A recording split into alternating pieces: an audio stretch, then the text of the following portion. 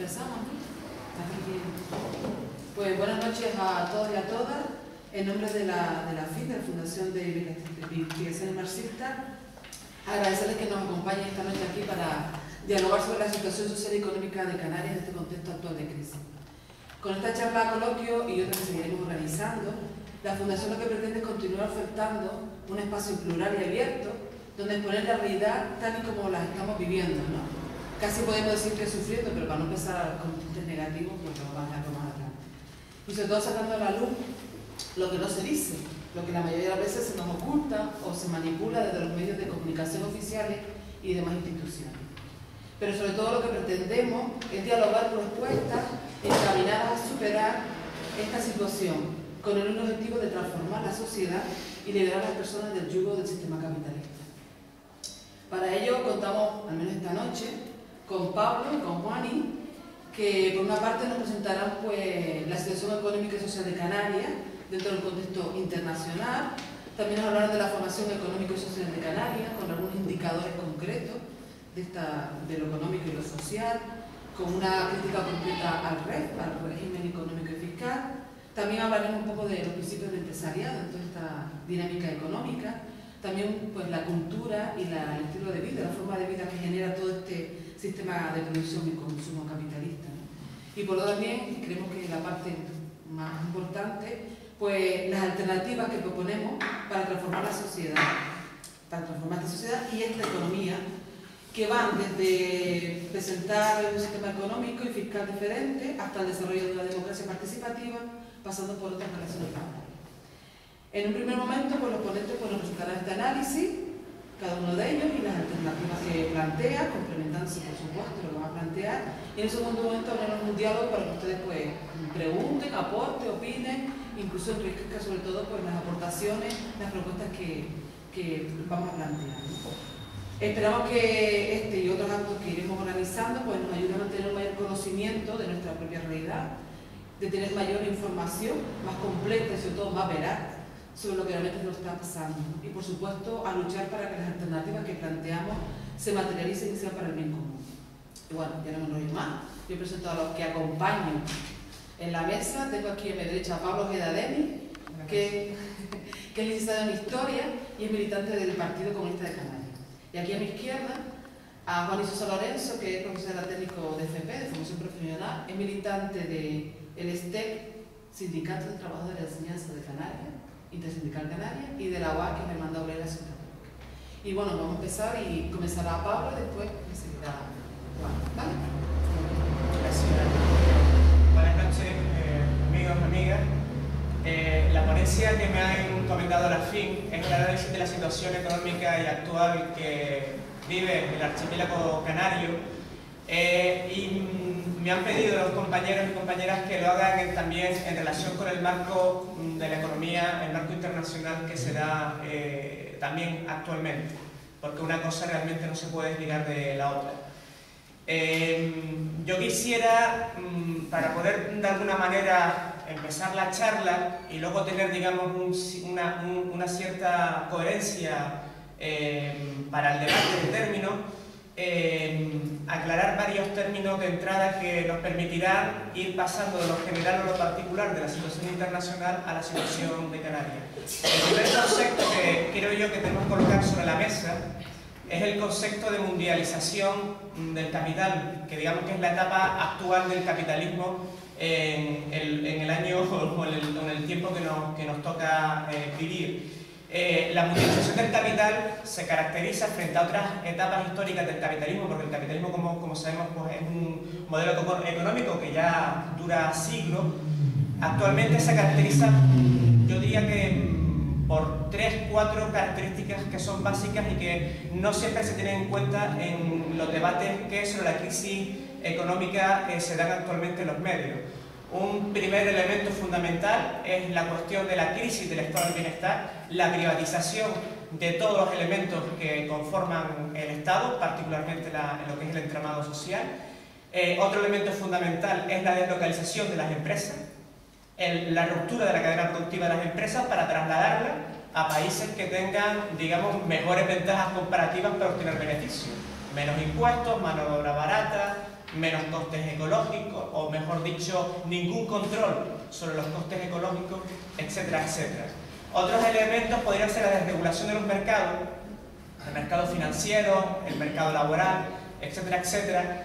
Y otro elemento fundamental, y además que está íntimamente relacionado con la situación que vivimos en Canarias, que luego después podremos destacar un poco más, es la cuestión de la liberalización de las relaciones comerciales a nivel internacional, sin ningún tipo de trabas para las cuestiones sociales o ecológicas a partir de los dictados de una organización que en estos momentos está cumpliendo de punta de lanza del capitalismo, que es la Organización Mundial de Comercio, que está jugando un papel bastante negativo en el tiempo que nos toca vivir.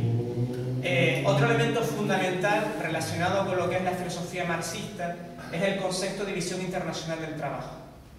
Lo planteo aquí porque no podemos descuidar en ningún momento que, ya que el capitalismo en cada país de alguna forma estructura socialmente a las personas, también internacionalmente estructura a los países en distintas escalas y con distintas funciones.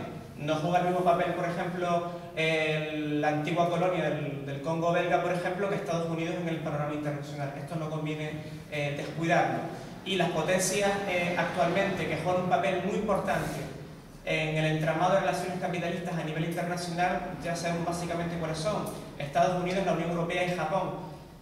Países que siguen teniendo actualmente, dígase lo que se diga, una importante base industrial, porque hace 10 años, sobre todo el debate aquí tan lamentable entre economistas, expertos aquí en Canarias, se hablaba en un momento determinado que ya el elemento industrial no era tan importante en la economía y que se podía hacer potencia económica perfectamente teniendo un fuerte sector servicio dentro de la estructura económica de un país. Y eso a día de hoy no es cierto. Tienes que tener un importante aparato industrial de alguna manera para poder competir, entre comillas, como lo entienden los capitalistas, en el panorama internacional.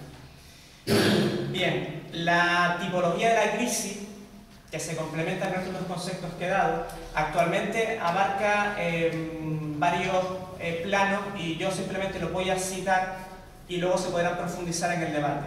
Abarca un plano financiero muy importante, no solamente derivado de la crisis, por ejemplo, de los créditos subprime, los créditos basura, que se desarrollaron a alto tipo de interés, que se desarrollaron hace algunos años en Estados Unidos, sino parte de un problema, yo creo que es mucho más profundo, que es el divorcio entre lo que es el poder financiero y la capacidad productiva de las economías actualmente. Se ha especulado con muchísimo dinero sin tener en cuenta la base real de producción que iban a tener las empresas en el panorama internacional y concretamente en el espacio bursátil y en el espacio de la bolsa. Tenemos también una crisis alimenticia en el África subsahariana actualmente muy grave, lo cual creo yo que indica que el capitalismo no puede dar ya de ninguna manera posibilidad de subsistencia a muchas personas en el mundo, y es para mí un elemento más que nos empuja hacia un cambio de sistema económico. También tenemos una crisis de sobreproducción, particularmente dada en Occidente por lo siguiente: bajadas de salario, aumento del paro, que son cuestiones que al final tiran abajo la demanda, la capacidad de consumo de las personas y colocan a las empresas casualmente en crisis, ¿no? Y luego también tenemos un problema ecológico a nivel internacional derivado fundamentalmente del agotamiento de los llamados recursos fósiles, como puede ser el petróleo, el gas, etcétera, etcétera.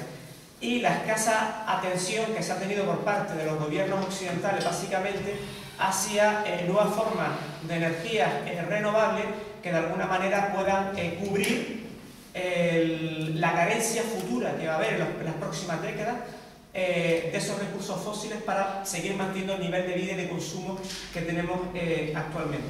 Vamos a aterrizar ya en Canarias para ir adelantando mi ponencia. Y aquí quiero introducir otro concepto que es muy importante desde el punto de vista de la reflexión marxista, y es el concepto de formación económica y social. Cuando hablamos de capitalismo a nivel general, solemos utilizar el concepto de modo de producción, que es un concepto abstracto y que nos lleva a definir el capitalismo como aquel sistema económico que se regula por la propiedad privada de los medios de producción, el mercado libre entre comillas, como luego veremos, y el trabajo asalariado. Son las características que tiene el capitalismo frente a otras etapas históricas. Pero cuando hablamos de países concretos, o de regiones, o nacionalidades dentro de un país, tenemos que tener mucho cuidado porque el capitalismo no siempre tiene las mismas características en todos los lugares. Y por eso hablamos de formación económica y social para completar mucho más y afinar mucho más el análisis. Lo mismo el capitalismo en Canarias, por ejemplo, que en Cataluña, tiene bases totalmente distintas. En Canarias, históricamente, se ha caracterizado el capitalismo por la dependencia económica, la descapitalización, la escasa industrialización, que es un elemento fundamental, la importancia del sector servicio y el turismo como una de las palancas fundamentales de nuestro crecimiento económico, que no desarrollo, y luego también la agricultura de exportación, que ha estado basada durante muchas décadas en la papa, el plátano y el tomate. El tomate actualmente en menor medida por las cuestiones que luego ya trazaremos a lo largo de la ponencia. Y esto da lugar a una estructura de clase que tiene aspectos diferenciales con respecto al resto del Estado. Según los estudios que se hicieron en su momento, hace unos 10 años, en el ámbito académico en Canarias, y que de cierto modo fueron recogidos por la Fundación de Investigaciones Marxistas y en el debate interno del propio Partido Comunista Canario, tenemos en Canarias una clase alta que hemos definido como oligarquía agromercantil y constructora, no financiera, porque no es una burguesía con capacidad de proyección, de inversión, de acumulación de capitales, de financiación de la economía, sino que es muy débil con respecto a la burguesía a nivel del Estado, que ahí sí tiene un poder bancario mucho más desarrollado, por ejemplo, en el caso de Cataluña, o del País Vasco de una manera mucho más clara, ¿no? Y esa clase dominante ocupa un 8 o un 9% de la población canaria según los distintos estudios. Luego tenemos un 20% de clase media, muy desestructurada, muy dependiente de la clase alta, y luego también, en tercer lugar, una masa asalariada que viene a ocupar aproximadamente el 70% de la población canaria y que tiene una peculiaridad que es importante reseñar porque luego afecta a los análisis no solamente económicos sino de carácter político, y es la carencia de una clase trabajadora industrial como se puede dar en otros lugares del Estado.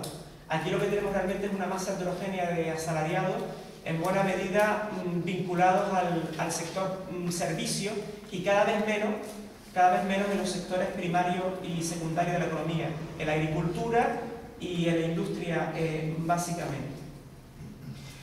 Si les parece, para ir avanzando, entramos ya en el análisis de las tablas que he traído aquí, que los compañeros y compañeras han fotocopiado para un mejor seguimiento, y si es interesante aterrizar en los indicadores económicos y sociales de Canarias para conectar el análisis histórico con el análisis de la coyuntura actual de Canarias, para no quedarnos en un nivel muy abstracto, sino ir a las cosas más concretas. El crecimiento del Producto Interior Bruto, que el Producto Interior Bruto normalmente es el medidor del crecimiento de la economía, que computa la renta, el volumen de riqueza que se crea en un territorio determinado. El año pasado fue del menos 0,8%. Esto es un nivel bajísimo para lo que Canarias tiene actualmente, esto habitualmente. Canarias es de las comunidades autónomas, esto parece que es un disparate pero es real, que mayor crecimiento tuvo en el primer lustro del siglo XXI, 4 o 5% del PIB, y eso nos costó tan caro como que perdimos una parte de las ayudas comunitarias porque nos habíamos pasado los indicadores. Cuando el reparto de la riqueza en Canarias es una de las grandes asignaturas pendientes, como luego veremos que tenemos en este territorio. Se dio esa situación tan disparatada como que tenemos un crecimiento que estaba por encima de los indicadores comunitarios y perdimos parte de los fondos de la Comunidad Europea. El IPC está en el 2,7%, un IPC por encima del 2% supondrá siempre desgaste en el nivel de vida para las clases más bajas de una sociedad. El IPC, un nivel bueno es entre el 1, entre el 0, el 1, el 2% como mucho. Por debajo del 0% también es negativo, porque eso significa de que se ha perdido capacidad de compra y las empresas no venden. Es decir, por eso la inflación debe oscilar entre el 0 y el 2%, digamos como márgenes de equilibrio para el desarrollo económico. He puesto como ejemplo de tipo de interés el Euribor, porque es el que afecta a las hipotecas. Actualmente está en el 2%, pero en otras ocasiones ha estado mucho más alto. Esto se debe simplemente a que los créditos el volumen de créditos que los bancos han otorgado en los últimos años a los particulares han descendido de forma abrupta. Y la deuda externa actualmente es del 163% del Producto Interior Bruto. El 80%, y esto es una de las grandes falacias que hay actualmente en el debate económico, el 80% de la deuda externa en España es privada. Esto es muy importante no descuidarlo. Es muy importante. Y ambos indicadores, tipo de interés y deuda externa que he indicado ahí, son indicadores a nivel del Estado, no son de Canarias, no, son comunes para todas las comunidades autónomas. El déficit comercial en Canarias es de 11 millones de euros, que está relacionado además con el problema de abastecimiento que tenemos en Canarias. La COA acá ha indicado que solo tenemos un 10% de soberanía alimentaria en Canarias. Y tenemos que importar muchísimo. Otro problema grave que tenemos. Y luego, con respecto a la deuda autonómica y al déficit público, que son dos indicadores macroeconómicos que afectan al funcionamiento de la administración pública, y a partir de ahí está en juego el gasto social para los ciudadanos y ciudadanas. Tenemos en Canarias un menos 7,8% de deuda autonómica y un déficit público del 2,4%. Son indicadores muy bajos. No se puede hablar en ningún momento, como he hecho Anorama recientemente, de gran éxito de gestión en Canarias. Esos indicadores hay que subirlos más, hay que asumir riesgos. El déficit público a nivel del Estado está en el 9 al 10%. Eso hay que subirlo mucho más y, como digo, hay que asumir riesgos económicos. Y la deuda autonómica en algunas comunidades, por ejemplo, como en Valencia, está en el 15% del PIB. Es decir, no podemos presumir de unas cuentas en lo público relativamente equilibradas cuando nos estamos cargando funcionarios en Canarias y cuando no estamos acometiendo realmente las responsabilidades, el gobierno canario está acometiendo sus responsabilidades sociales con respecto a los ciudadanos, particularmente en el gasto educativo y en el gasto sanitario. Esto realmente es una vergüenza que no tiene realmente ningún tipo de parangón. La renta per cápita hace referencia a la relación entre el Producto Interior Bruto y la población, y en Canarias equivale a 19.746 euros, que eso es lo que realmente debería corresponder, según el volumen de riqueza que hay en Canarias, a cada persona. Esto, como luego veremos, no es así, pero es el indicador que debería ser, digamos, la referencia para el gobierno de Canarias. Tenemos luego una tasa de desempleo del 30%, de las más altas de Europa y de todo el Estado, y luego tenemos una tasa de pobreza del 27,5% de toda la población canaria, que vive por debajo, como digo, del umbral de la pobreza. Relacionado con esto, tenemos los ingresos anuales por hogar en Canarias, y nos damos cuenta perfectamente, si seguimos la lectura de izquierda a derecha de la tabla, que por debajo de esos 16.000 euros en Canarias nos encontramos prácticamente con casi la mitad de la población canaria. Es decir, que esos 19.000 o casi 20.000 euros que deberían corresponder anualmente a cada canario no se cumple para prácticamente la mitad. Y luego vemos como los indicadores son mucho más altos, concretamente en el tramo inferior a 9.000 euros, son mucho más altos que a nivel del Estado. Tenemos un 13% por debajo de los 9.000 euros de hogares a nivel de España, y tenemos un 20,2% en Canarias. Es decir, que el nivel de pobreza en Canarias es mucho más alto que en el conjunto del Estado. Pasamos al análisis de la tabla 3, que está relacionado con las cosas que anteriormente comentaba del modelo económico canario, para ir adelantando, y nos encontramos como en la estructura económica canaria, en la distribución de los sectores, estamos también a la saga con respecto al resto del Estado.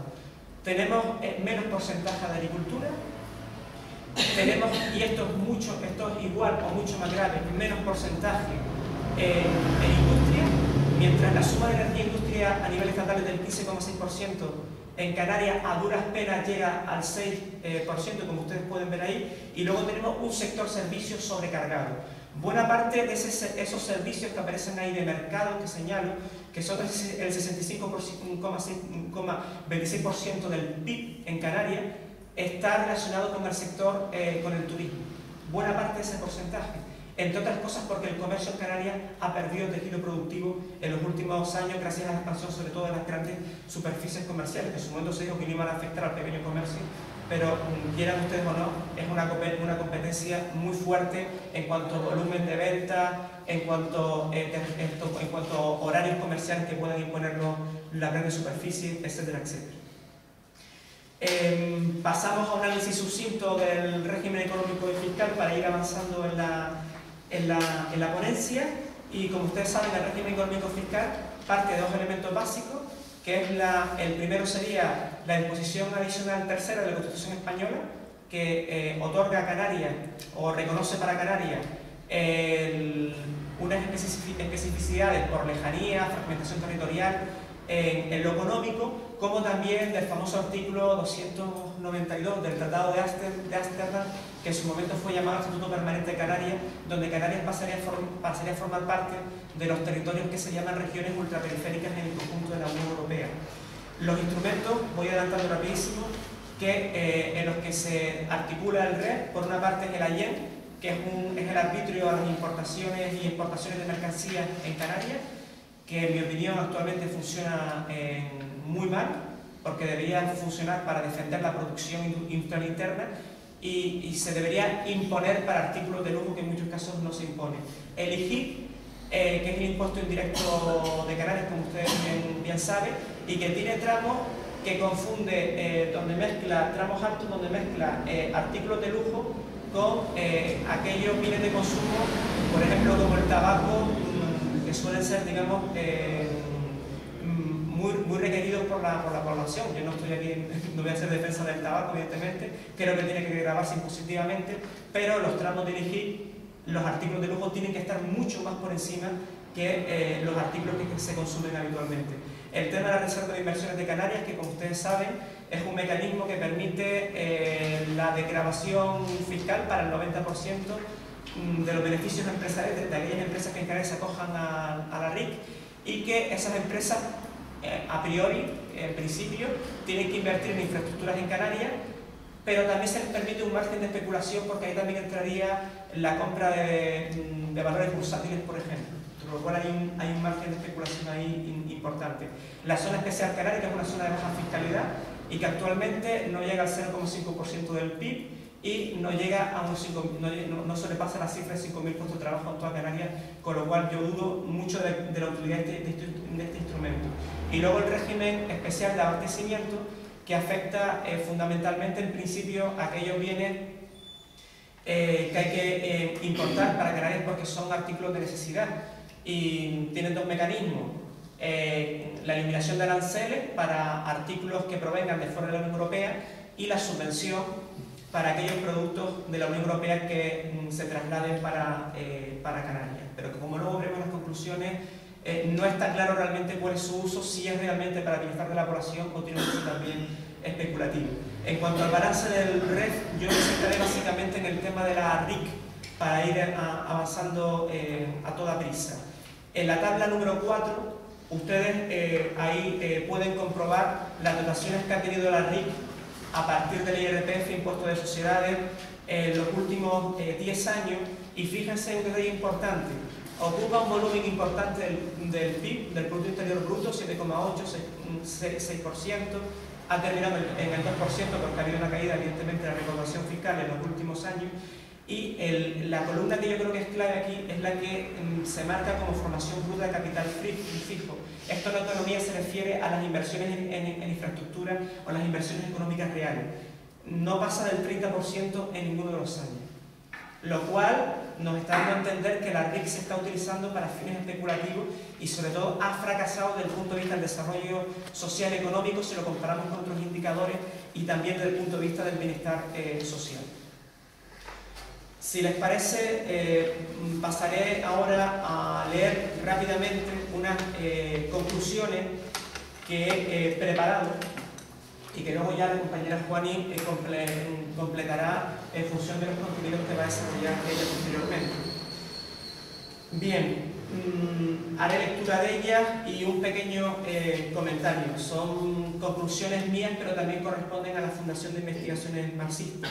En primer lugar, es importante en Canarias un desarrollo de un nuevo modelo económico basado en la austeridad en el consumo, la planificación democrática y la sostenibilidad ambiental, con 3 pilares: pymes, empresas públicas y cooperativas.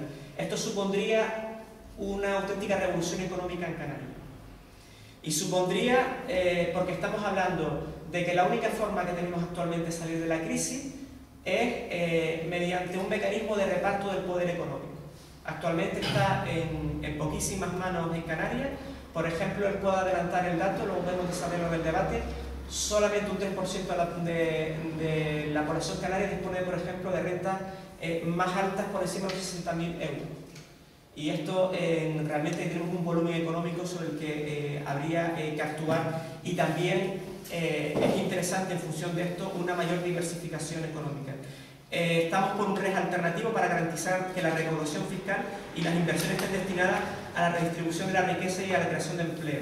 Que el régimen económico y fiscal pase a ser un instrumento de ser un instrumento al servicio de la burguesía a ser un instrumento que equipare el nivel de vida de los ciudadanos y ciudadanas canarios y canarias con las del resto y las del resto del Estado.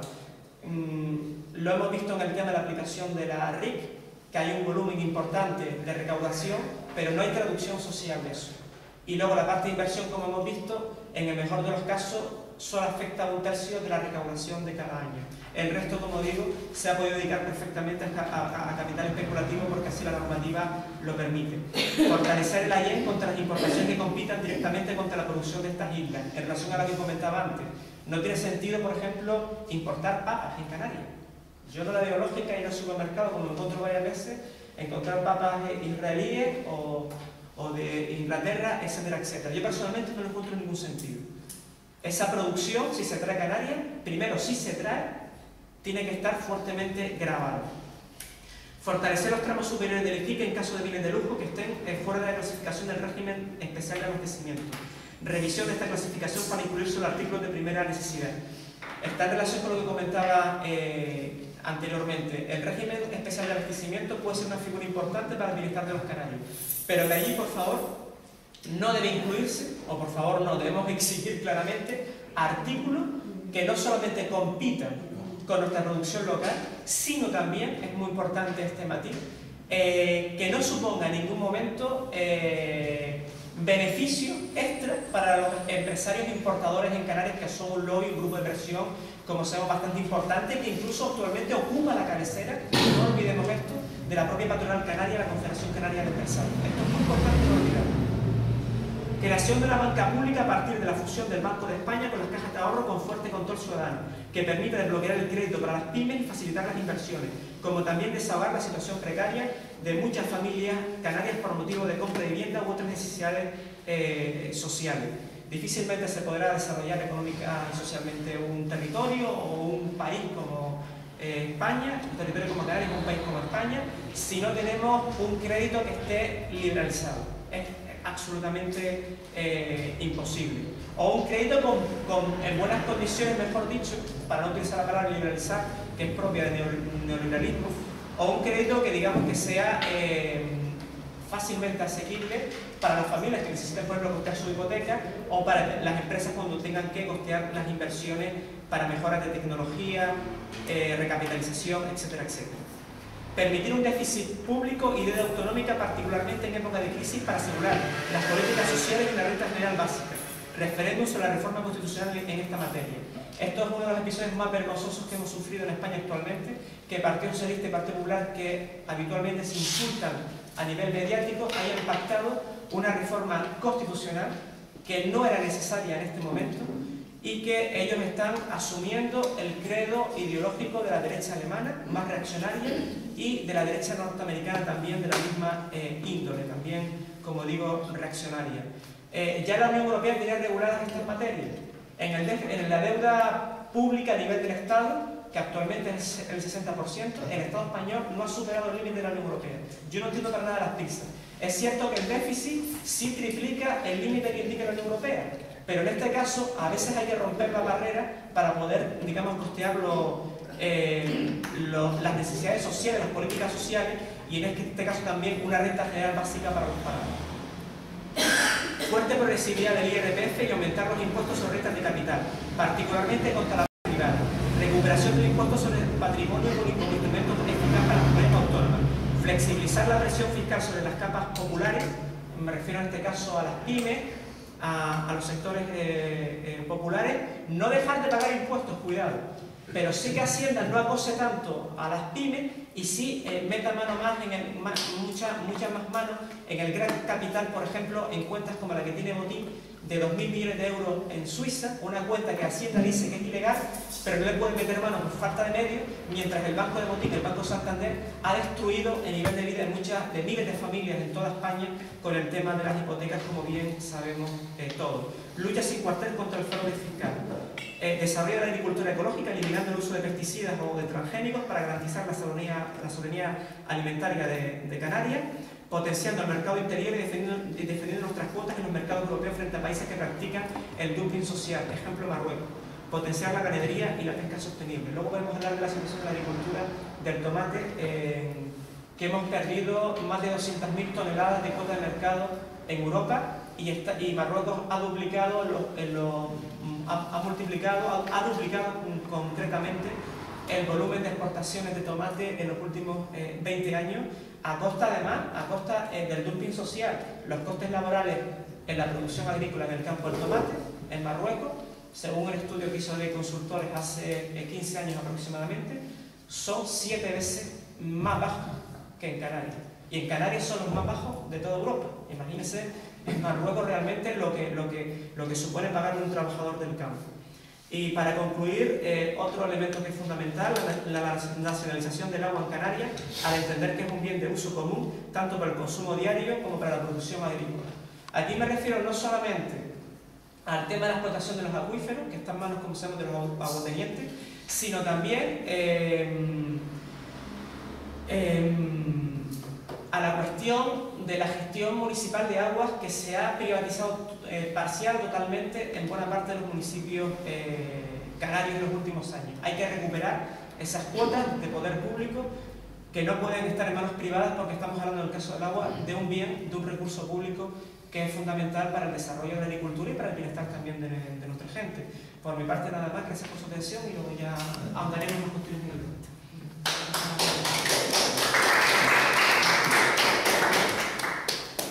Bueno, en principio yo no soy analista, ni psicólogo, ni sociólogo, ni nada de eso, ¿vale? Simplemente, pues, al igual que ustedes, una persona preocupada por la realidad, llamada a cambiarla y a colaborar de otra manera, ¿no? Con entusiasmo, con ilusión y con mucha pasión. Entonces, simplemente, pues, voy a intentar complementar un poquito esta maravillosa ponencia de Pablo, pero desde ahí, ¿no? Es decir, eso es pues, desde la práctica, desde lo que he ido viviendo y todo eso, ¿no?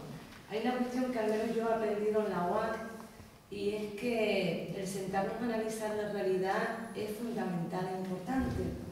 Viendo la realidad sabemos dónde tenemos que actuar y con qué argumentos y armas, entre comillas, nos vamos a dotar para ello, ¿no?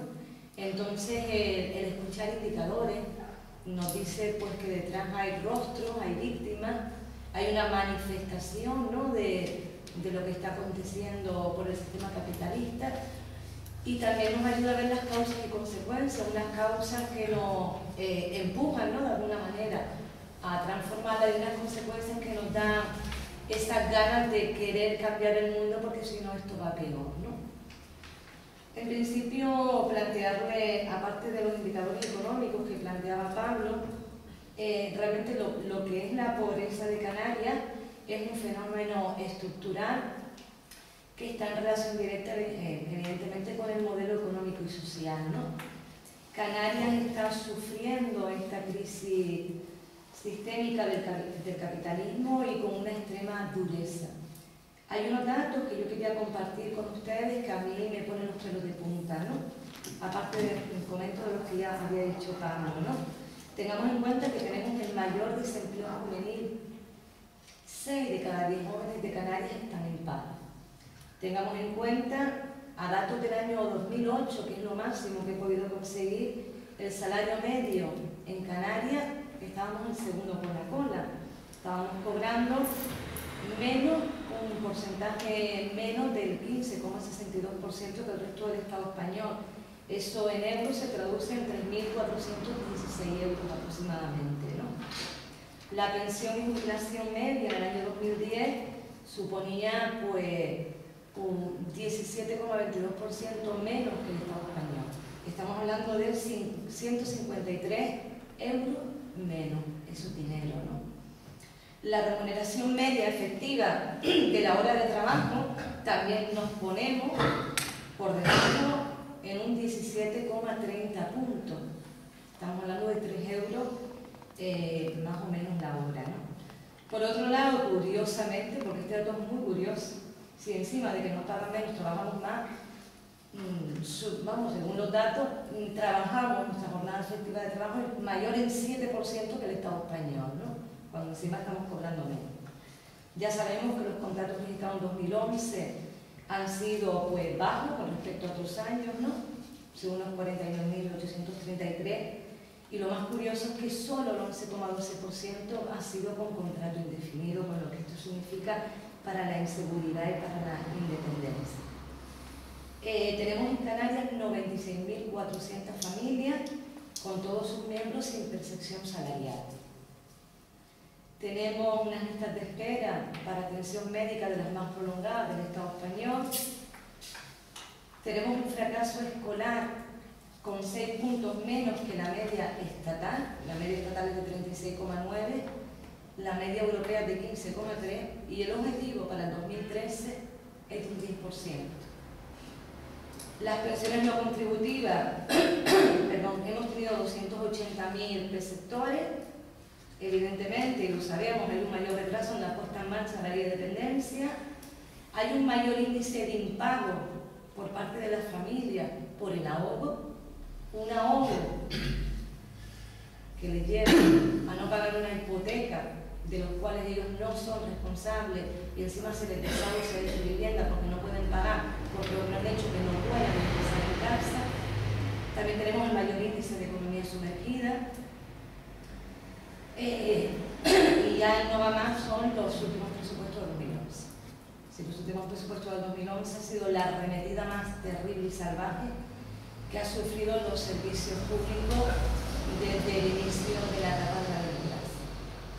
Yo le voy a poner el ejemplo de educación porque es donde más ha notado, ¿no? Hemos perdido en el 2010-2011 500 millones de pesetas. En el 2010, en los presupuestos del 2011 con respecto al 2010 sufrieron un 7,45% menos. En millones estamos hablando de 134 millones de euros. Pero es que ya teníamos un 4,16% de los presupuestos anteriores, que eran 85 millones de euros. La inversión a nivel educativo en Canarias ha ido a menos en Betamar. Si en 1991 se invertía un 6,13%, en los últimos fue un 3,5%. Si en vez de avanzar, estamos retrocediendo. Y después ya, para rematar, el despido masivo de trabajadores cuando el número de alumnado no ha disminuido, al contrario, ha aumentado. El año pasado tuvimos 700 docentes menos, unidos a 3.500 que durante el curso se van nombrando. Es una cantidad que nos dice mucho, ¿verdad?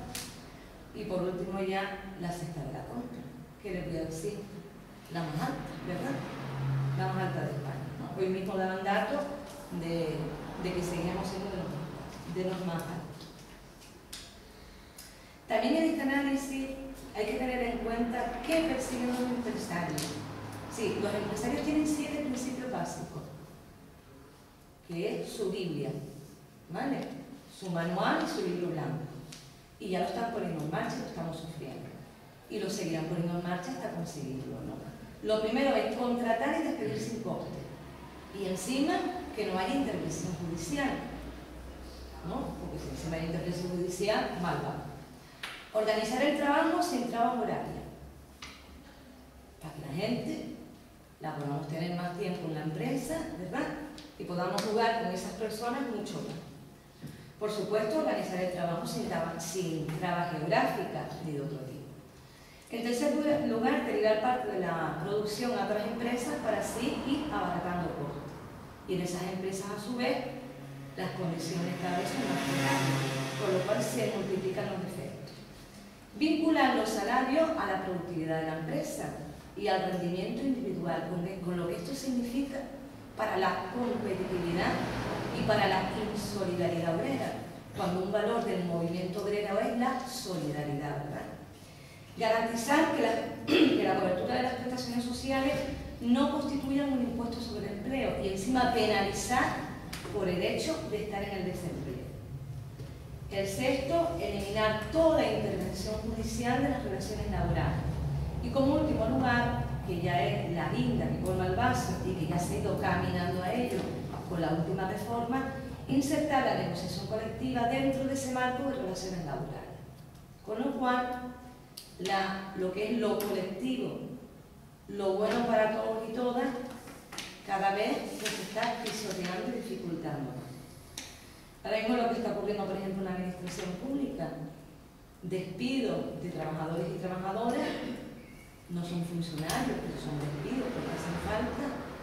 Hoy, por ejemplo, oían lo del Ayuntamiento de Las Palmas, ahora ya no se llama reporte de liberaciones sindicales, que se llama reestructuración de los recursos humanos. Ahora se llama así, reestructuración de los recursos humanos. Y se queda tan pancho.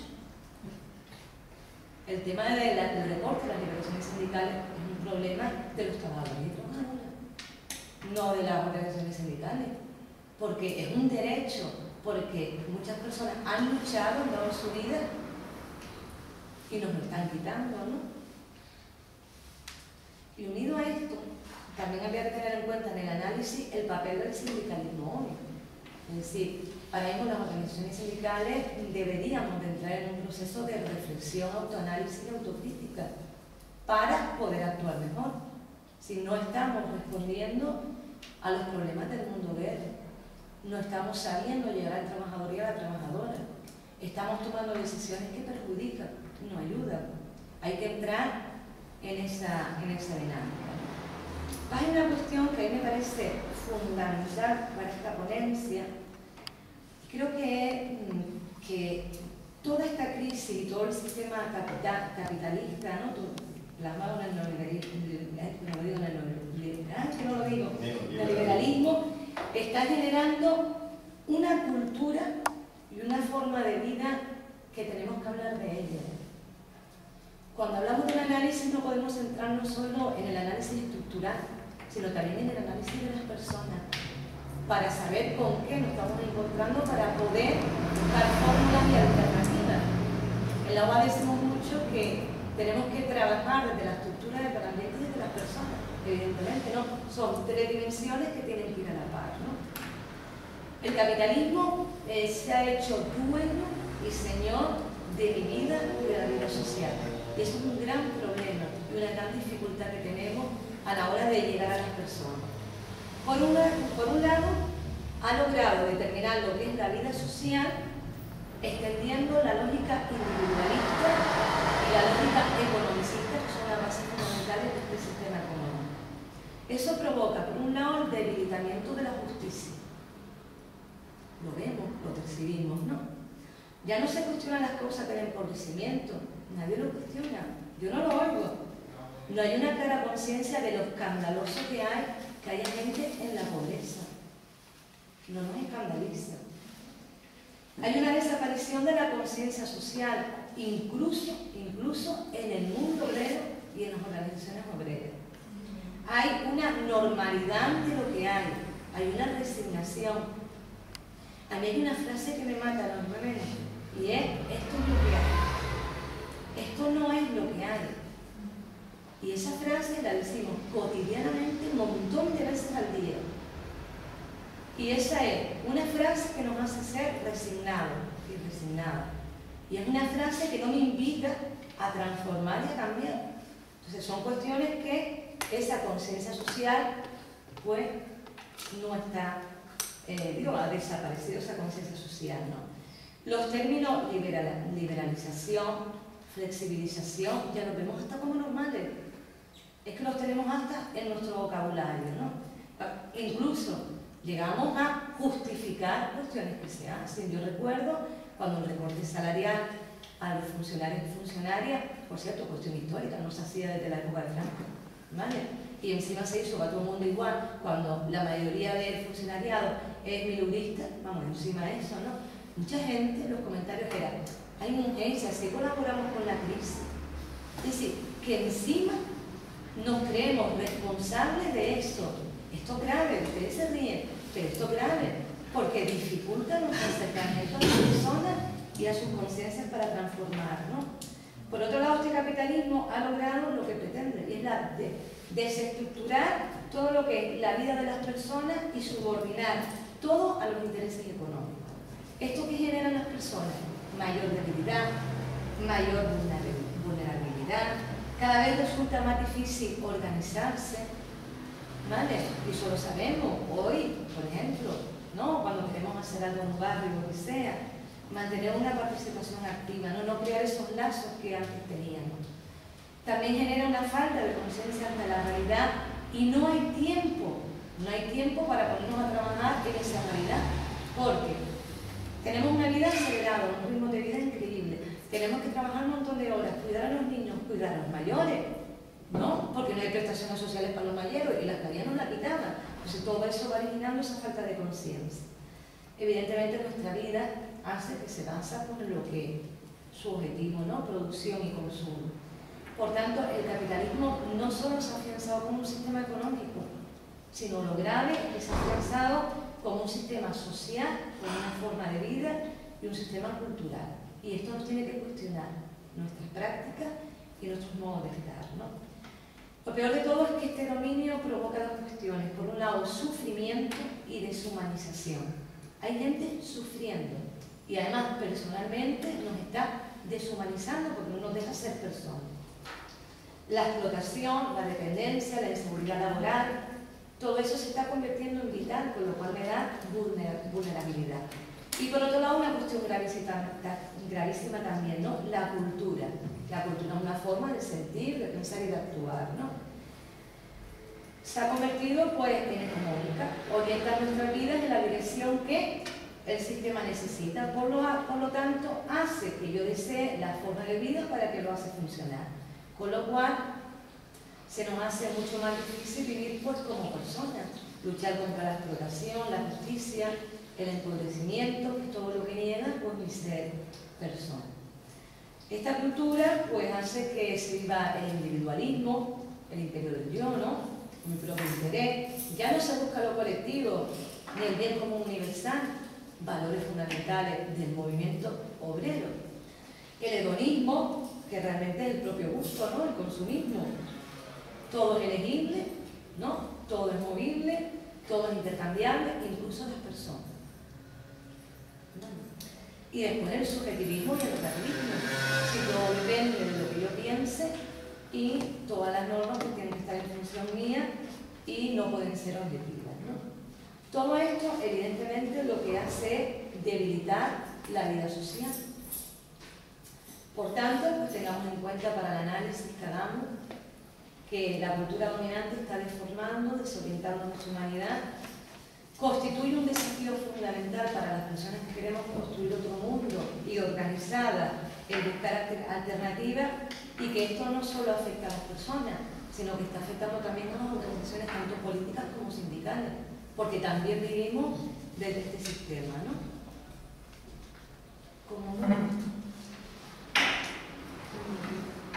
Vale, estupendo. Lo que está claro es que la economía debe tener otro papel, ¿no? Porque esta crisis no es exclusivamente un problema técnico, es una crisis ética. No voy a hablar en ello, pero es una crisis ética. Hay que recuperar, Pablo comentaba que iba a desarrollar otra vez las alternativas, yo creo que toca eso ahora, ¿no? Una de las alternativas es las relaciones laborales justas. Hay un cartel de comisiones obreras, yo lo vi el otro día por primera vez, que dice: el trabajo decente no es un privilegio. El trabajo decente es un derecho y una obligación de los que tienen que ofrecer ese trabajo, no es un privilegio, ¿no? Debe haber unas relaciones laborales justas, en consonancia con el estado del bienestar, que el estado del bienestar no es que yo esté bien, sino que todos y todas estemos bien. Que el salario mínimo interprofesional pues se aproxime a la media europea, que haya un pleno empleo, una reducción de la temporalidad, defensa de los convenios sectoriales, un reparto del empleo y sin reducción salarial, sin las 35 horas por las que siempre hemos luchado y defendido, un trabajo sano y seguro, un trabajo para la vida y no para la muerte. Siguen muriendo y enfermando personas en el mundo del trabajo. El trabajo es para vivir, no para morir. La ley de prevención de riesgos laborales hay que cumplirla. Además, es una de las mejores leyes que ahora mismo hay en el marco laboral. De verdad, de las mejores leyes. Lo que pasa es que hay que invertir. Entonces, que se cumpla la ley y que Inspección de Trabajo juegue el juego que tiene, el papel que tiene que jugar. Un desarrollo de un aparato industrial propio, no contaminante, de carácter público, ¿no?, si fuera preciso, que tenga, por ejemplo, la industria de energías renovables y también la industria agroalimentaria. Defender el poco tejido industrial que quede, creando puestos de trabajo verde, el reciclaje, punto fijo, reconversión de la planta hotelera para pasar a un turismo de calidad, que contribuya fiscalmente a la Comunidad Autónoma de Canarias, que se potencie el turismo rural con ayudas, con subvenciones, con campañas informativas, y que crezca el empleo, porque lo que no podemos permitir es que en verano se estuviera un 90 o un 100% de lleno y la plantilla fuera la misma. No se contrató a más gente. La mitad de plantilla hacía todo el trabajo de los demás. En vez de 4 habitaciones o 5 me tocaban 10, y para arriba y para abajo, ¿no? Una fuerte regulación de la política medioambiental en las islas es necesaria, incluso sin descartar que haya figuras impositivas, ¿no?, que para la conservación de nuestros parajes naturales. En primer lugar, reforzar la política de transporte en Canarias. Tenemos una peculiaridad y tiene que tener unas respuestas, porque además es un elemento estratégico de un red alternativo, tanto dentro de las islas como en relación a todas ellas, ¿no? Consolidación, por supuesto, de la empresa pública en este sector, ¿no? Y por último, un añadido que yo he hecho de mi cosecha es que tienen que haber unos presupuestos sociales en función de unos criterios realmente éticos, es decir, justicia, equidad y solidaridad, que aseguren los derechos sociales y ahora que está tan de moda la Constitución, los derechos constitucionales. Y ya está.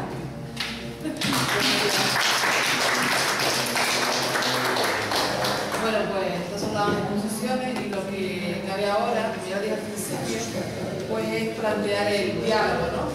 La misma participación lo vamos a dividir para ser un poco más operativo, para que también haya un tiempo de comentar o aclarar algo o contestar, pues en varios turnos de palabra, ¿no? De 3 o 4 personas, nos dividimos el tiempo, tenemos tiempo, pero para saber llegar a la misma parte, estoy invitando de aquí, como mucho, pues un poco para que todos participen y demás, y también se haga también, pues enriquecer pues el análisis, las propuestas, comentar o aclarar lo que ustedes consideren oportuno. Dice que, bueno, si alguien quiere empezar a hablar, lo mismo que participe, que aporte, que a veces algo que se ha dicho, que esté de acuerdo, simplemente un poco para saber lo que ustedes también piensan de todo lo que he planteado aquí. Bueno, abre el turno para la venga, anímense. ¿Quién más? Venga, 2 personitas más, no sé, para abrir boca. Venga, otro más. ¿No? Segundo. ¿Alguien más?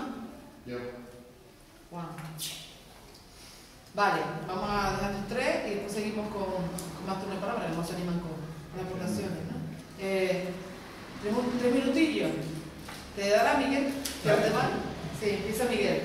Mira. ¿Faltó Carmelo? Sí. Vale. Perdón. ¿Carmelo o yo? Tú, Miguel, primero. Vale, gracias. No te vi, Carmelo. Vale. Mira, yo me hago una pregunta a mí mismo, ¿no? Y estoy buscando una respuesta, ¿no? Pablo nos ha hablado, ha hecho una exposición muy importante.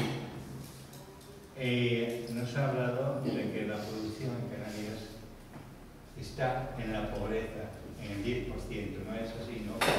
La producción canaria. La soberanía alimentaria. Sí. Es el concepto. El 90% restante viene de importación. Yo digo, y me hago la pregunta ahora, y os la hago a vosotros, si nosotros tenemos aquí en Canarias 12 millones de turistas anuales,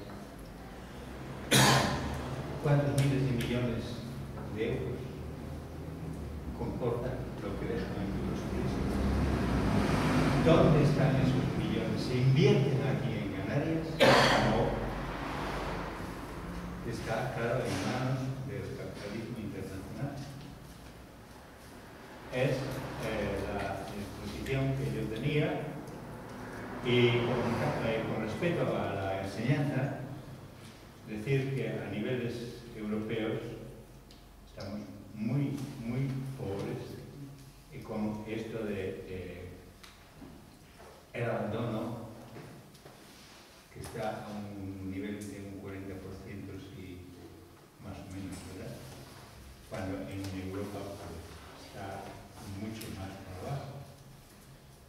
Yo digo, si es que no es lo mismo la enseñanza en Europa, en algunos países, que en España, que aquí pues, la enseñanza comienza a los 3 años, y en cambio decía un señor que me caía muy mal, se llama Felipe González, cuando hizo un viaje a Copenhague, decía que en España se iba a hacer lo que en el norte de Europa, que los niños tenían derecho a ser niños hasta los 6 años.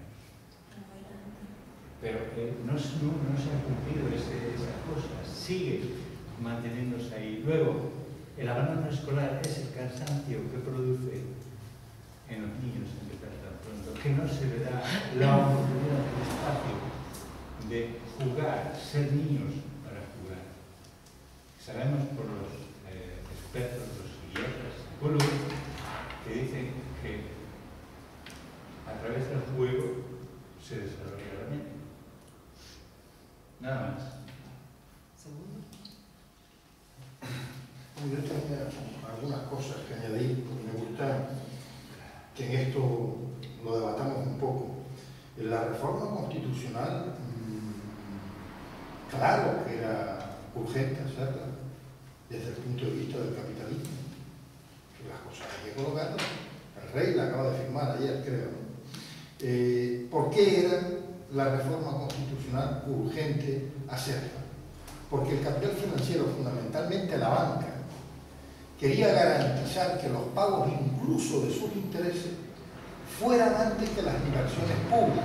Es decir, primero le pagamos, si hay deuda, a los bancos y después construimos un colegio o construimos un hospital. Pero primero hay que pagar al banco los intereses. Si no hay dinero suficiente, no se atiende la escuela ni se atiende el hospital.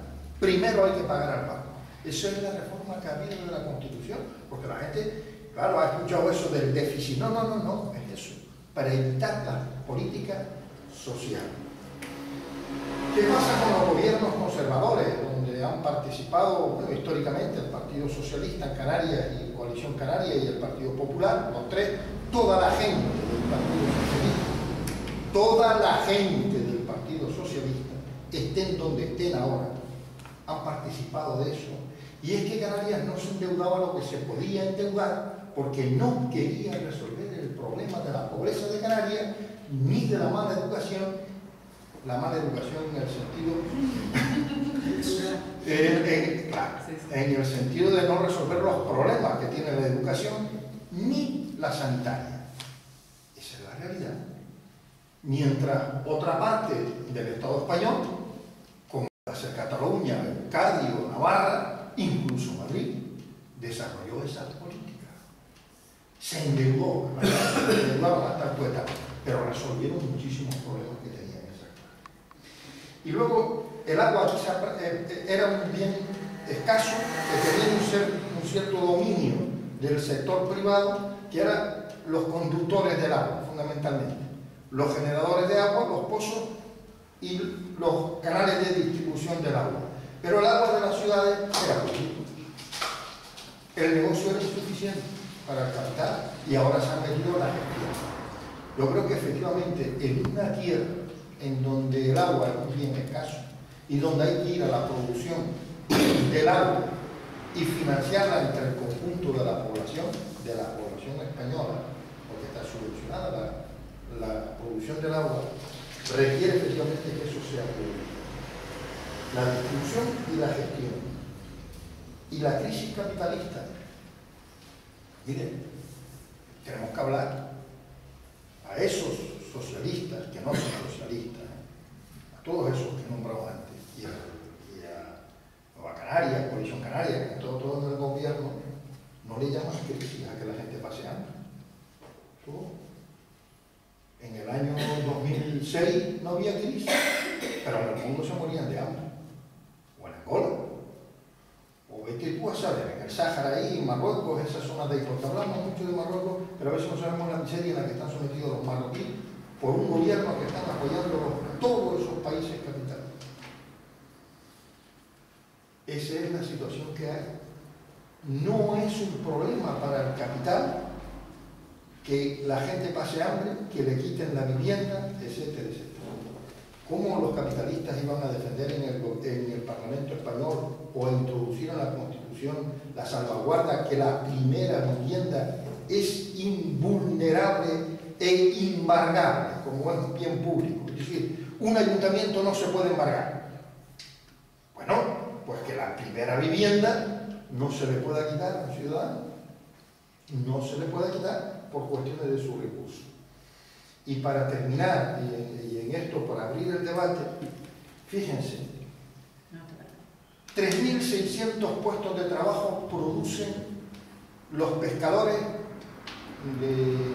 de Canarias, los pescadores de bajura, los barcos que están en Arguirín, Mogán, Agaete, en Tazacorte, en San Andrés, todos esos sitios, producen 3.600. Están haciendo una función del control de toda la pesca que se hace en Canarias y la entregan a los mercados, a las plazas, tal, con ese aparato.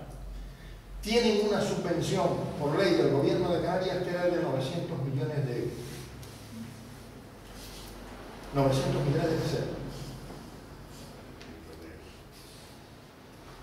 El año pasado se lo rebajaron a 600. Se comprometieron en el gasto porque todo eso lleva unas infraestructuras y ahora se la han reducido a 200. Yo diría, ¿a cómo subvenciona el gobierno de Canarias a las empresas capitalistas hoteleras, por ejemplo, la creación de un puesto de trabajo?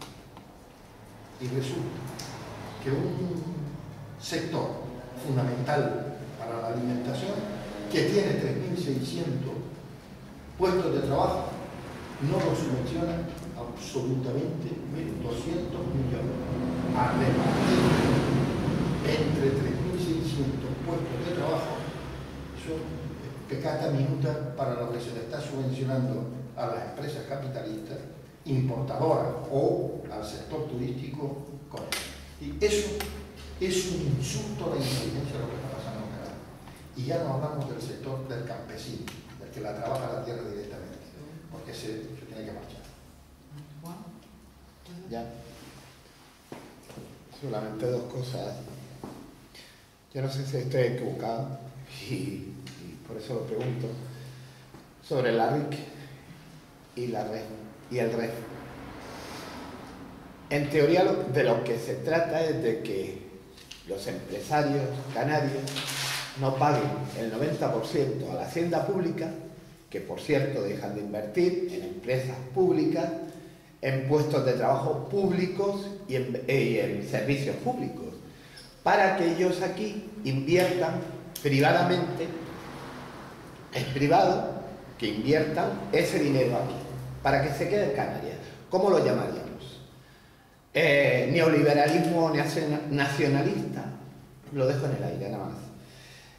Con respecto a los desahucios, yo quería decir algo que yo, en fin, yo a lo mejor también estoy equivocado, es decir, no sé cómo interpretarlo, pero a mí me parece que si uno pide un crédito, pues le sigue debiendo ese dinero al banco, pero su casa es su casa porque se lo reconoce la Constitución, es inembargable, yo creo que así es.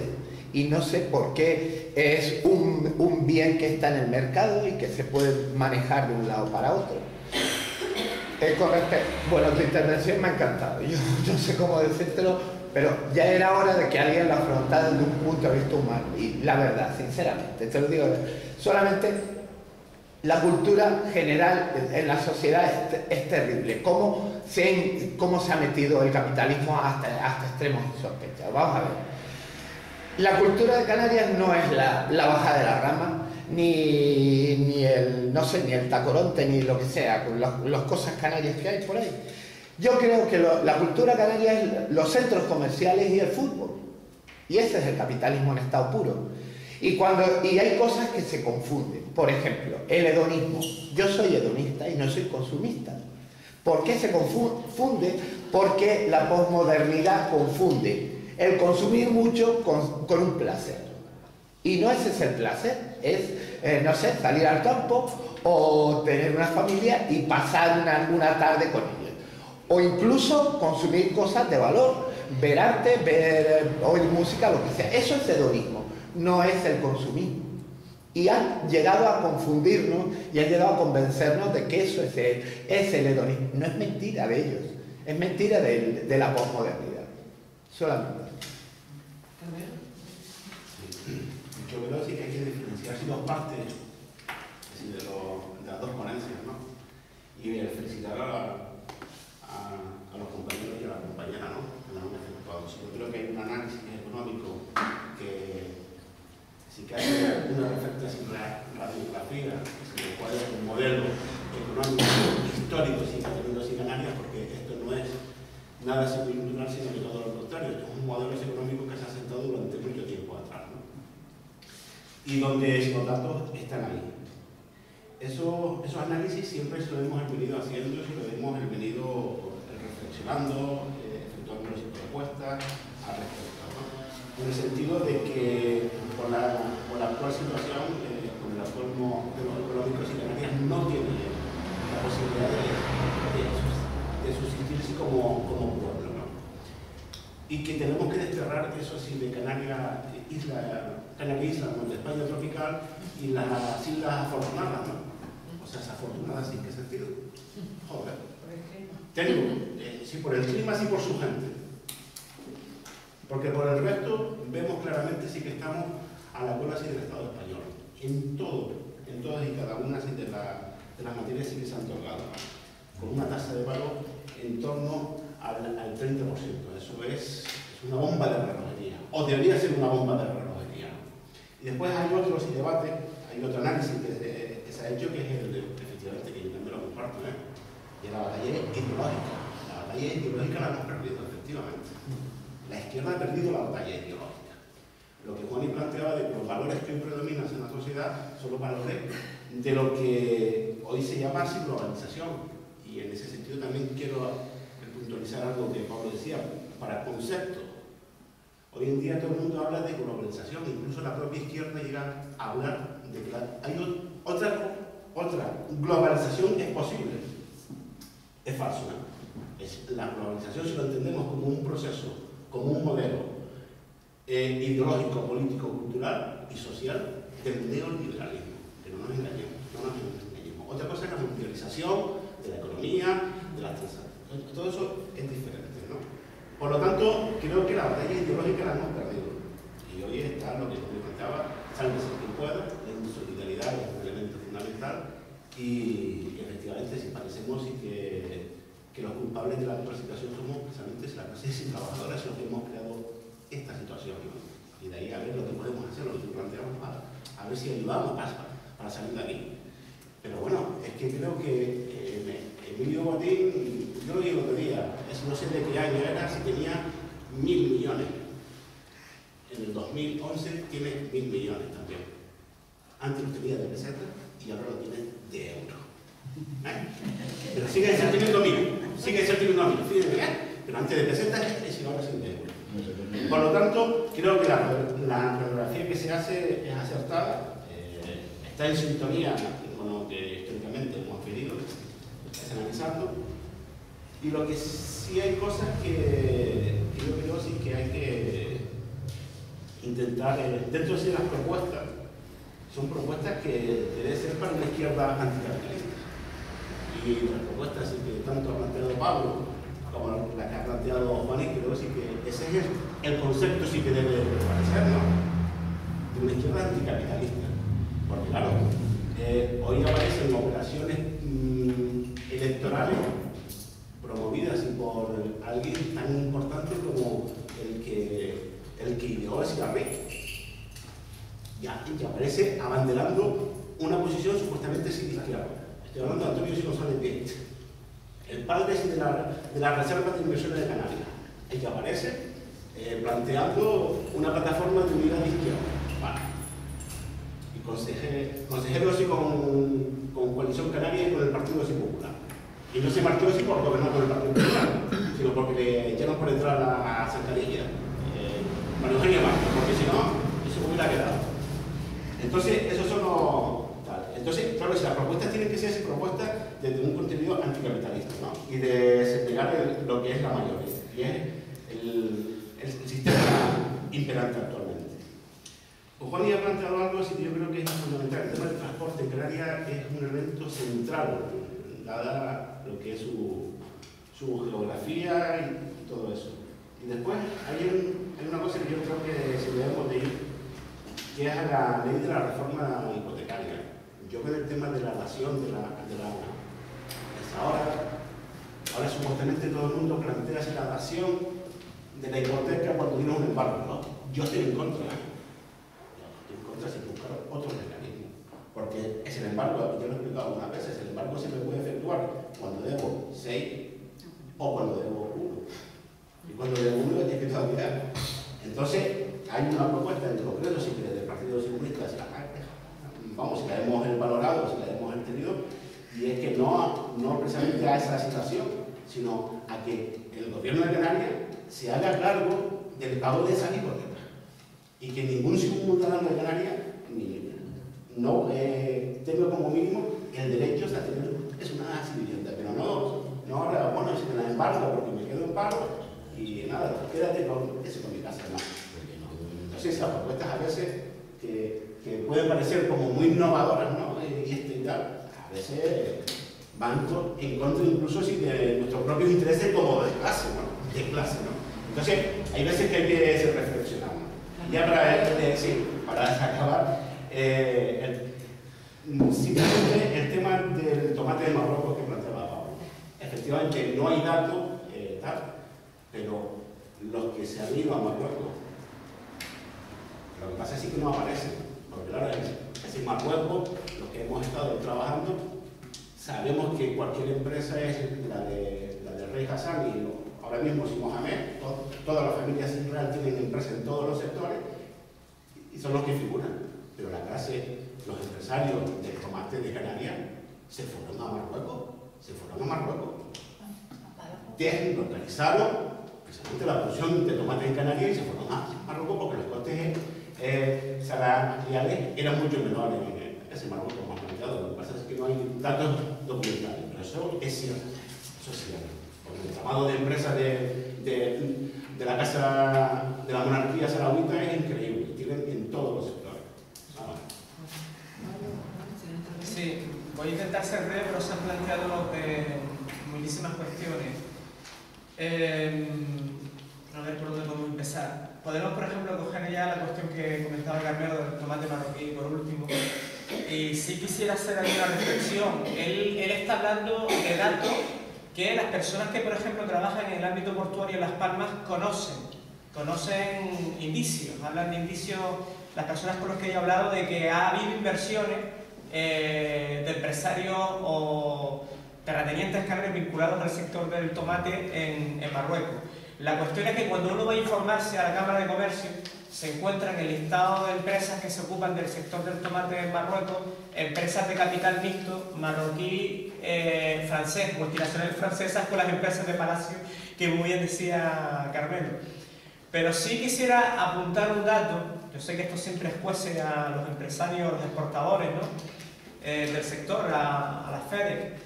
Pero sí quisiera dar un dato. Hay un economista, Bosa Chirino en concreto, en un libro sobre comercio exterior en Canarias, él apunta a la posibilidad del traslado de empresarios canarios del sector de la agricultura a Marruecos. En unos capítulos del libro apunta a esa posibilidad.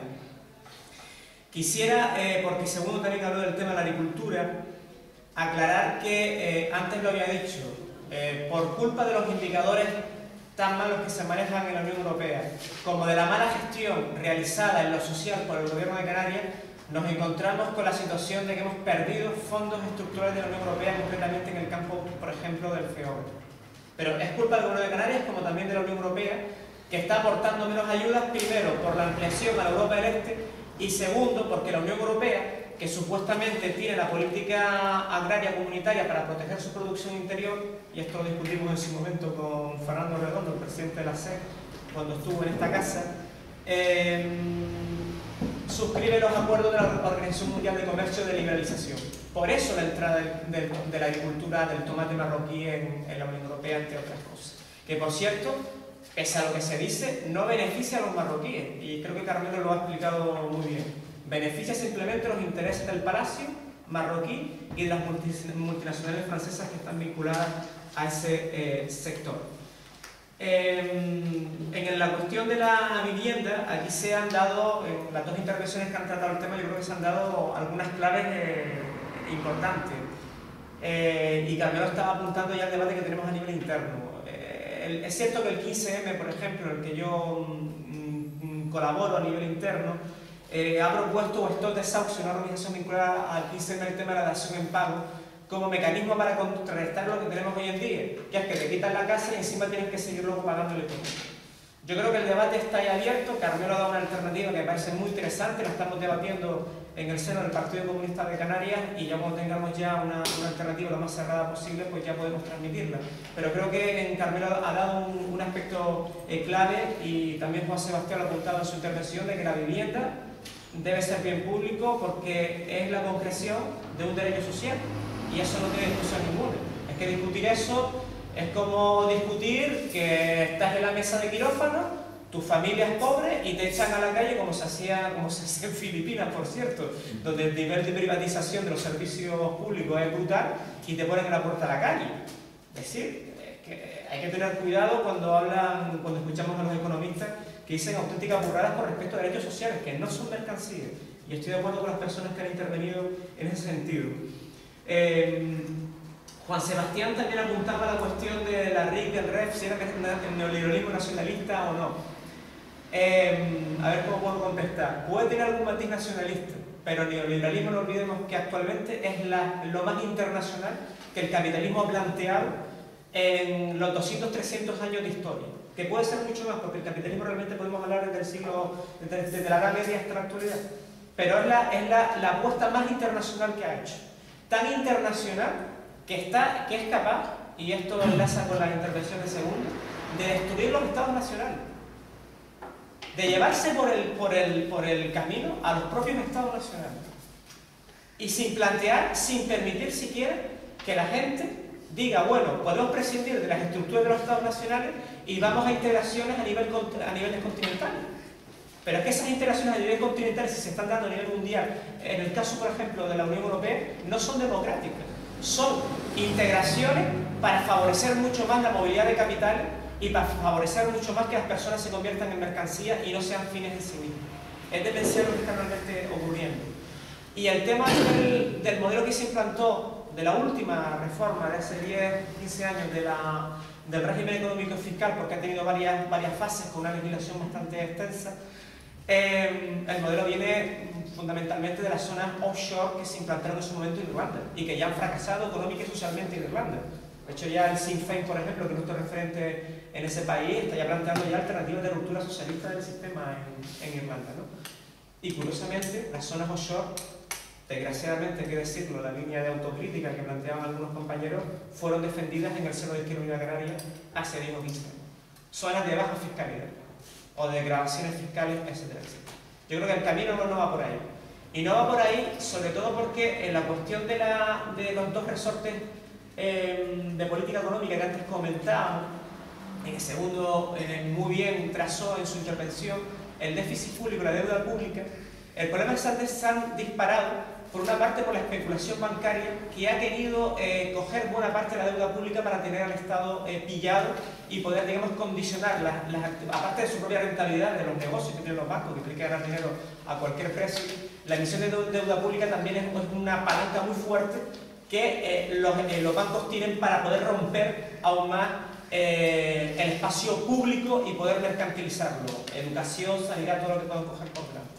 Pero hay un aspecto que se relaciona con lo que comentaba en mi ponencia del problema que tenemos con la famosa cuenta de Botín, que hace honor a su nombre, ¿no? en Suiza. Es que la economía sumergida en España es un 25% del PIB.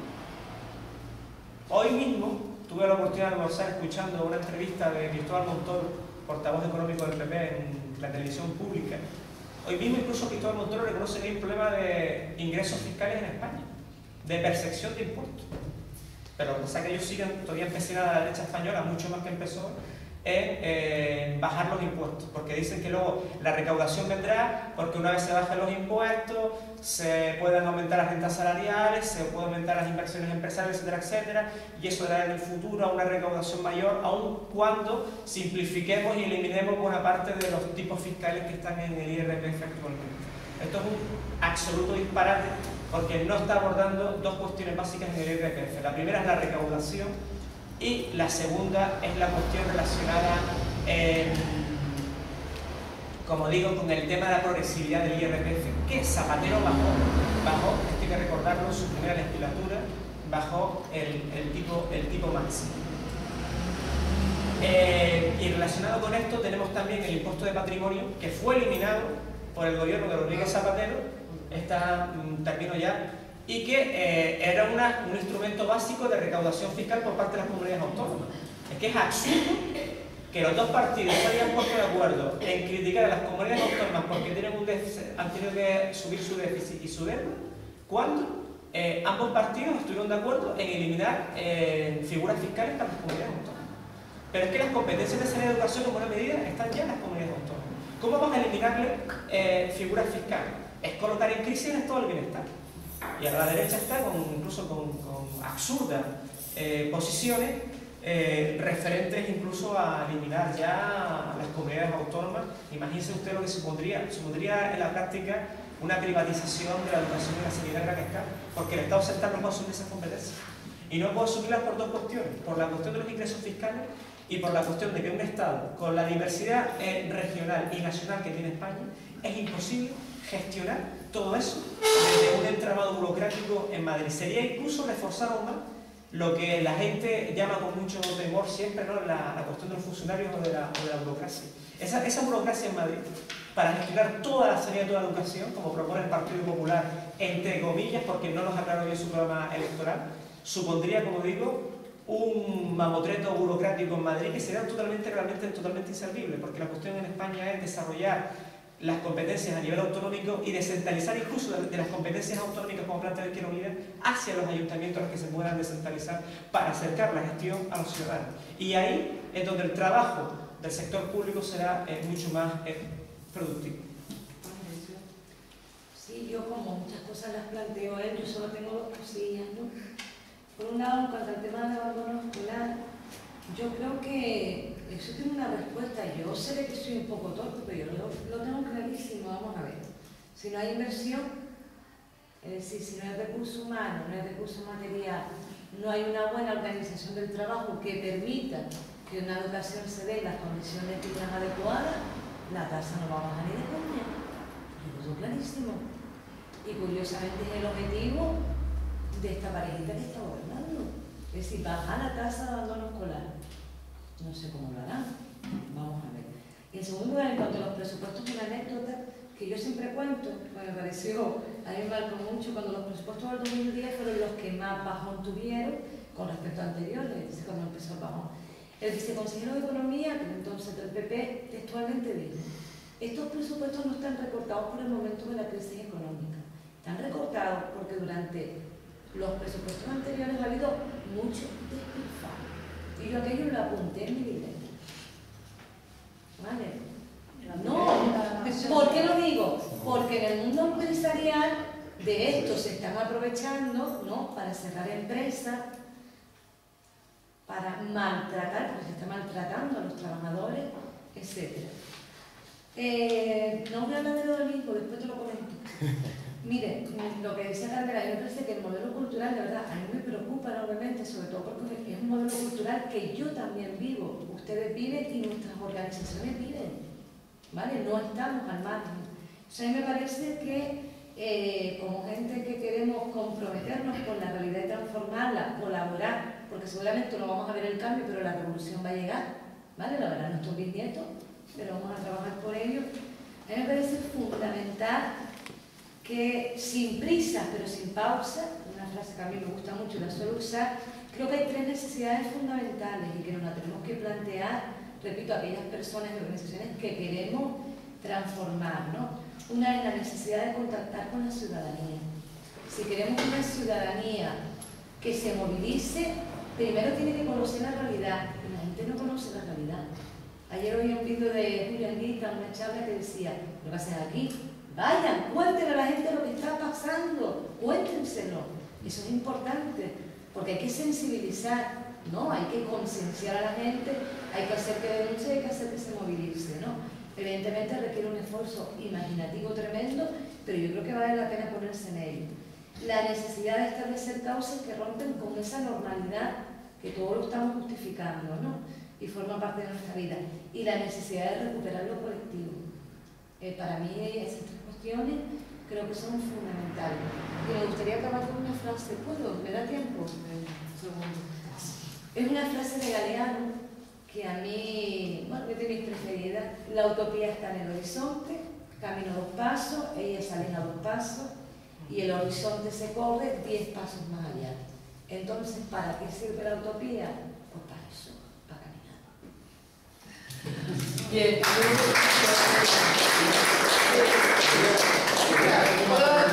Sí. ¿Alguien más quiere, aparte del segundo? Son aquí 41. Sí, seamos breves. ¿Tu nombre, perdón? Maribel. Maribel y Enrique. Si le pido que sean que algunos señores han hablado con el chicle aquí. Que Pablo lo explicase de nuevo, porque yo te he entendido bien, pero hay gente que pueda no haber entendido bien. La posición de Izquierda Unida Canaria en el año 91, 92, 93 sobre el régimen económico fiscal de Canarias fue presentar un plan alternativo. Pero la posición minoritaria, que es la que tú querías decir, pero es correcto que se diga, la posición minoritaria que hoy encabeza una, no sé, que cierta dirección es de Izquierda Unida Canaria hoy, porque yo no lo sé todavía, pero esa era la que quería apoyar este régimen económico fiscal. Dejemos así la cosa. Maribel, Sí. Yo quería hacer una puntualización, digamos, a lo que acaba de decir la compañera que ha puesto, que enhorabuena, pues bastante pedagógico tu ponencia. Pero sí quería, yo no sé si yo entendí o tú dijiste que la crisis era una crisis ética. Sí. Y bueno, difiero en eso, yo pienso y creo que la crisis es una crisis estructural, que abarca y que engloba muchísimas variables, como por ejemplo la ética no es el todo, es una parte de esa metástasis del capitalismo y por lo que ha llegado a esta crisis, ¿no? por ese capitalismo bestial.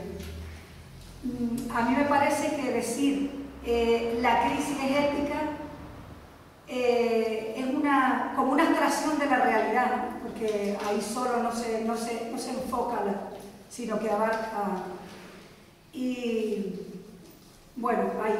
Y otra cosa, lo que acabo de leer de Galeano, que me llama la atención las cosas que tiene Galeano, en uno de sus escritos también, que decía, yo no sé si es porque eres calvo, dice, si los pelos fueran importantes, crecerían para adentro.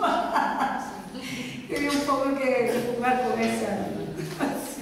Enrique. Sí, yo en primer lugar agradecer el análisis, las aportaciones que han hecho los ponentes y para aportar entre todos de cara a cómo combatir al sistema imperante que cada vez nos está acorralando y amenazando en nuestro futuro como seres humanos y como personas. Una de las cosas que yo quería plantear era que la concepción que existe en sectores importantes de la población que esta crisis es una crisis de lo público, debido al despilfarro, a la mala gestión.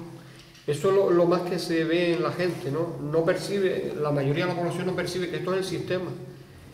Y es debido a que el poder político se ha sometido al poder económico y que han privatizado, han desmantelado el Estado, han hecho esto que dice que los mercados lo regulan todo y que el Estado no debe casi intervenir. Y entonces tenemos que compartir eso y tenemos que hacer llegar a la gente que el problema verdadero es el sistema y es el poder económico que está en manos privadas, que han privatizado todos los sectores básicos de la economía en este caso de España, del país. Y prueba evidente de ello, siempre una de las cosas que yo suelo decir, lo tenemos con dos expresidentes del gobierno.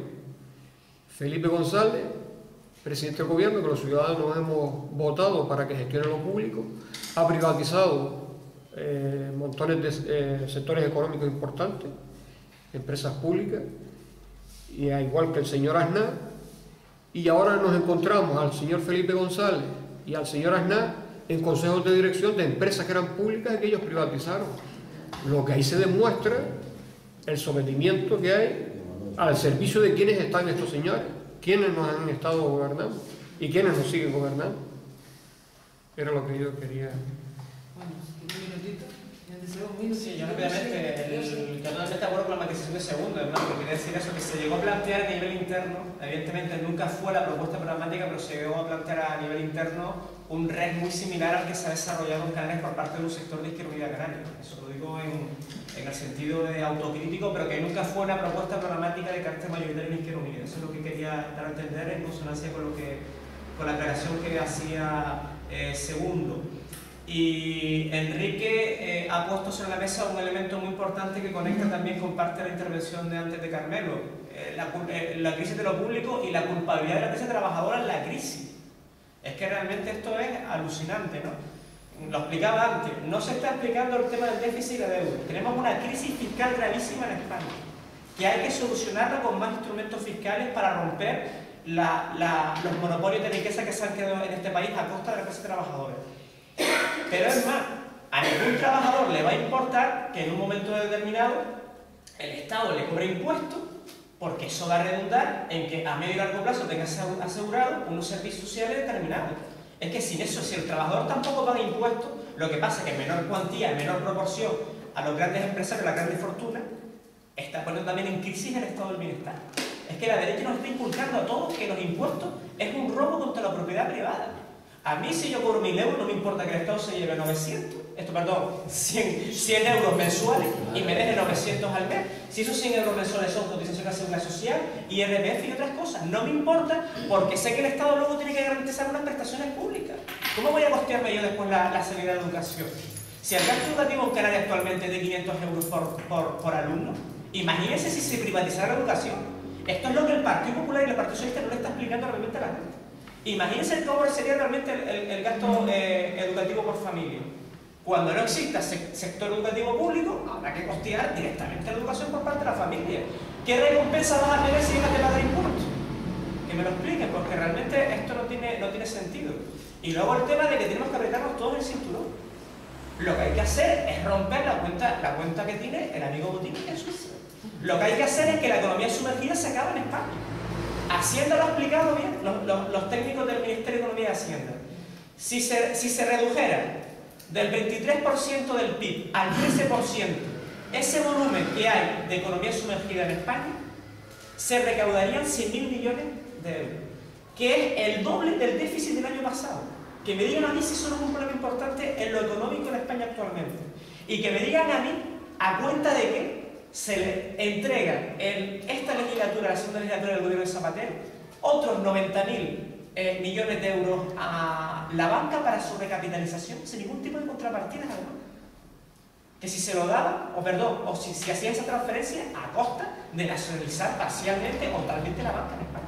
Es que es absurdo que se le haya entregado ese dinero a la banca, que se le permita especular con la deuda pública y encima que se le dé una transferencia gratuita de cerca de 100.000 millones de euros, según el informe que realizó ATAC en marzo de este año. Yo creo que es una auténtica canallada lo que están haciendo en este país y simplemente es una muestra de cómo va a ir la lucha de clases en España. Y lo decíamos en la conferencia insular del Partido Comunista Canario que celebramos hace unos días. Termino ya. El PSOE actualmente se ha colocado a la derecha de Obama en esta cuestión en España. Pero hay que decirlo así, que eso ya es grave. Mientras Obama está intentando, con todos los defectos que tiene su política interior y con su política exterior, que la condenamos de pe a pa porque no ha roto con la anterior etapa de gobierno.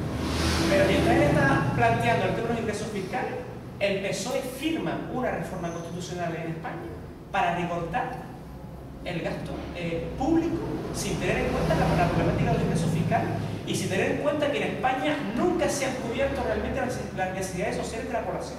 Esto realmente es inaudito. Lo que hay que plantear en España, y termino ya, es que hay que aumentar el déficit público, aunque hay que aumentar la deuda pública y hay que mejorar en ingresos fiscales en España. Y junto a eso, planificación democrática de la economía, que supone romper con la banca privada.